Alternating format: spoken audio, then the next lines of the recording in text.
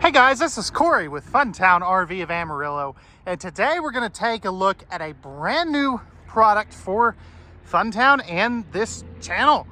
This is the 2025 Keystone Springdale Classic Model 260BHC. This is a great no-slide bunkhouse camper that really isn't going to break the bank. It's one of my cheapest 30-foot bunkhouse campers I've got. But I think you're really going to like what they've got going on here. Now, before we jump onto the inside, all of the specifications will be down in the video description below this video, as well as on screen here, so you can check that at any time. But let's go ahead and get started.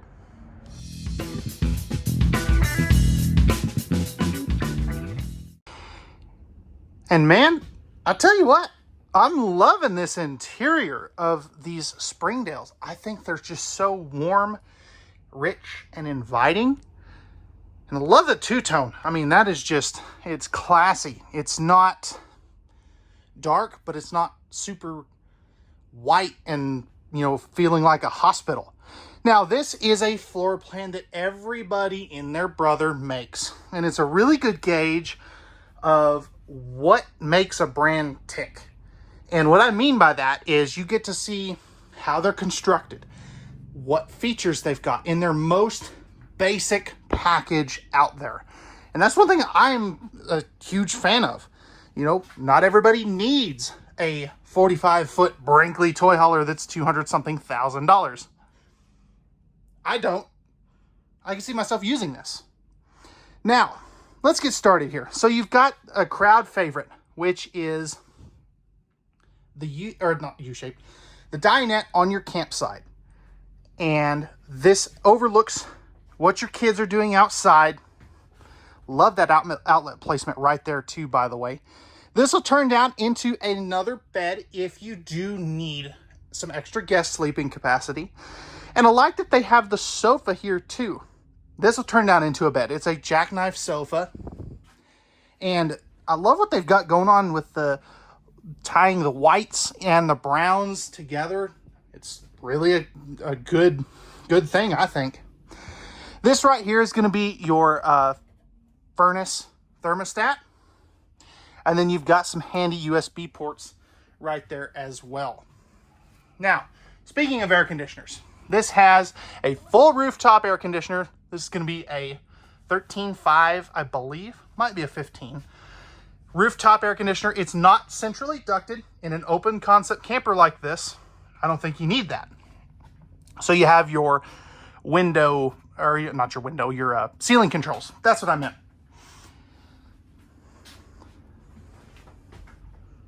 Now, right over here, we're talking entertainment center. You've got a spot to mount, maybe a 32-inch TV. Doesn't come with any factory supplied TV, and I'm okay with that. Now, what I would do if this were mine is I would put that on a swing arm mount so it can kind of pop out and, you know, so you can see it from the sofa. It's not a bad angle, but it's not perfect. And I think that the swing arm mount would really help with that. This also is a really comfortable sofa. For a jackknife, it doesn't feel like a jackknife. It almost feels like a trifold. So that is one thing I'm really a big fan of. Now, right here, you are going to have your dark colored pleated nightshades. And then down below, you have in-floor ducted heating. Why do they do that, you ask? It's more efficient since these have the enclosed and heated underbelly. It's a really, really big thing. Now, let's go ahead and we'll talk storage. But actually, you know what? Before we do, let's talk bunk beds. So back here, you have the double over double bunks. Love that you can use the dinette almost as your ladder to get up into the upper bunk. Windows on the top bunk. They're each going to have household outlets, as you can see there, and lights. Now, the one thing I would do personally is I'd like to see a curtain, but that's just me. Let me know what you think about that. Love that this is a steel support too. Now, over here, this is going to be some really good storage. I love that they put a shelf in that too. And what's nice here, these are actually stained wood cabinets. So this is not the lightest weight thing in its class, but they're not using the the wrap on your cabinet doors. I do really like that. Now there is going to be full storage underneath this dinette as well. And before we get into the bathroom, let's talk kitchen storage. So you have your 10.7 cubic foot, 12 volt DC compressor driven refrigerator right here. So plenty of room for all those goodies. And then you have max storage here. So plenty of room up top. Goes all the way across. That is really nice. Now, these guys are using stapled cabinets, but I don't think that that's a bad thing, because these are not the most expensive thing out there. And frankly, that's perfectly fine with me. You've got your hood range with the light and a fan, electrical outlet, nice big sink. And this is actually a pull-down sprayer faucet. I was talking with our rep the other day. It's actually not supposed to have that. So this is kind of a one-off. It's supposed to just be a normal gooseneck style faucet. Now, if I had to do one thing, I would take this storage here out and put some drawers. That's what I think this kitchen is lacking. Now, you've got your 3-burner cooktop with the glass cover, as you can see there. And instead of an oven that 99.9% of people maybe use it once, they did a convection oven microwave there. So essentially that's like an air fryer. Lots of people like their air fryers. I know I love mine. And I think that is a better use of space. Plus you get more storage that way too. Now, let's take a look at the bathroom now. Because this is an open concept camper, so I am going to keep this one nice, short, and sweet. Now, one of the things I really like that they're doing is they do use the ABS shower surround. Love that. Now, they don't come with a shower curtain. That way you can kind of personalize it to whatever you like. So that's kind of a different feature. Now, flipping this around, I'm 6'2". I have plenty of room. I've probably got 2 inches above my head. If I step forward into the power vent, I've got probably about 3 or 4 inches above my head. So that is a really, really nice feature. These are super tall, person friendly, even without the full-blown skylight. Do wish they would do a medicine cabinet here. Nice sink here. And then you got your tankless on-demand water heater controls, GFI protected outlet, and a light switch.